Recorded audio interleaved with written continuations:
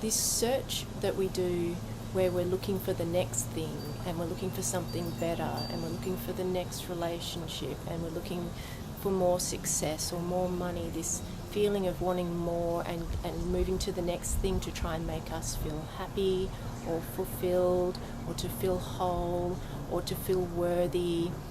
That momentum of looking is actually the seeker energy.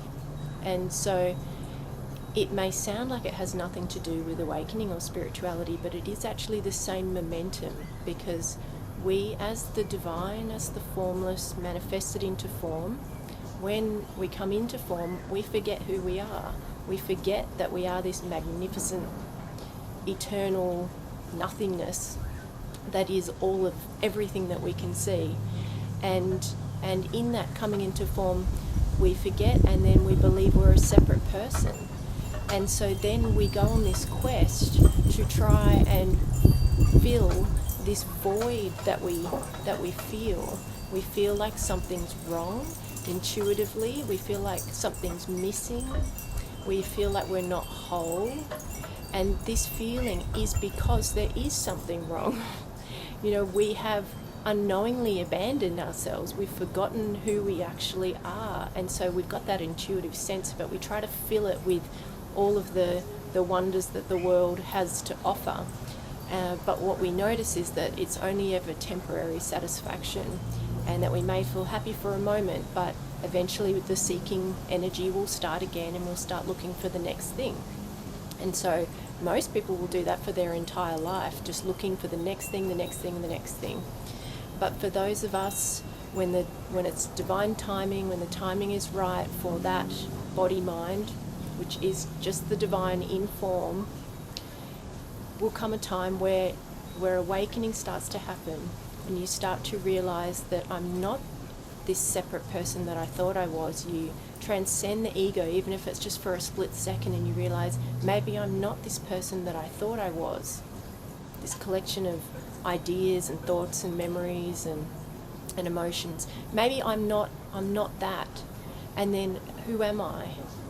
And then so an awakening begins for those of us that are lucky, and we initially use that going outward seeking energy of trying to find the next thing, the happiness and all of that, but we then do the spiritual seeking with that same energy, looking outside of ourselves to try and find the divine, to try and find our true essence, to try and find presence, whatever you want to call it. But it can't be found outside of ourselves, because it's not an object outside of ourselves. It's not a separate God. It's not a separate deity. We can't find it that way. And so we seek, and some people can get stuck here seeking for decades, looking outside of themselves to try and find who they are. But hopefully you get a good pointer from someone, you have a good teacher that directs you that you cannot find it that way, that is impossible, because it is already here and you are already it. And because it's so obvious and it's already here and it's always been here, that's how we overlook it.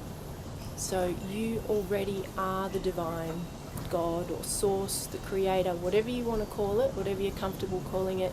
You already are that, and you always have been that. You've never been a separate person. That was the illusion. That's a byproduct of coming into form.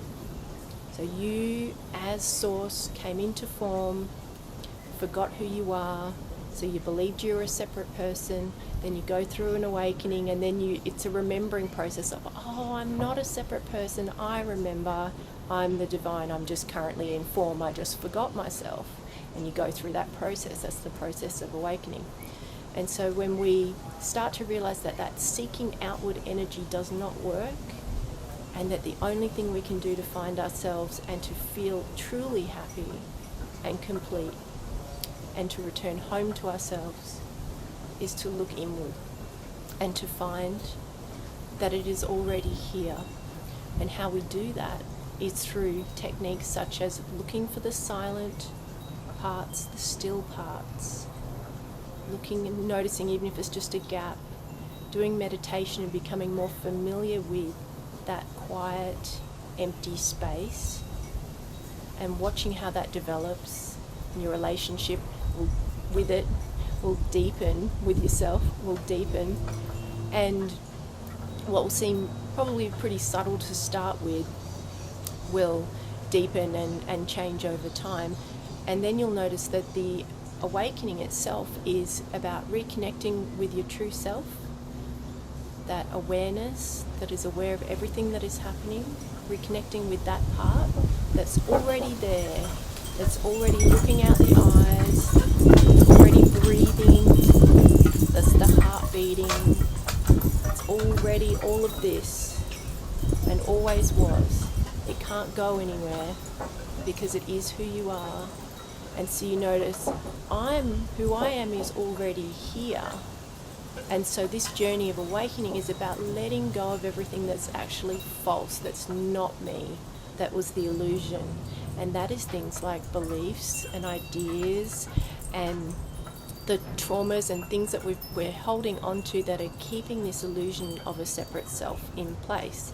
And so awakening becomes about deepening our connection with our true selves, that silent awareness, and also letting go of all of the layers of identification and the ideas of who we think we are, and letting go of that person that is not there, that's never been there, that was always an illusion, that was always the dream. You were always just the divine manifested into form, and just forgetting yourself. And then you have an awakening where you remember who you are, and we call that returning home to ourselves. And home is here. It's not heaven, it's not going somewhere else, it's not when you die, you don't go anywhere. This is already it. You are already God. This is all of you. Everything you can see is you. There are no separate people here. There is no division. It's just one consciousness, appearing as this form, appearing as this form, appearing as this form. It is all the one.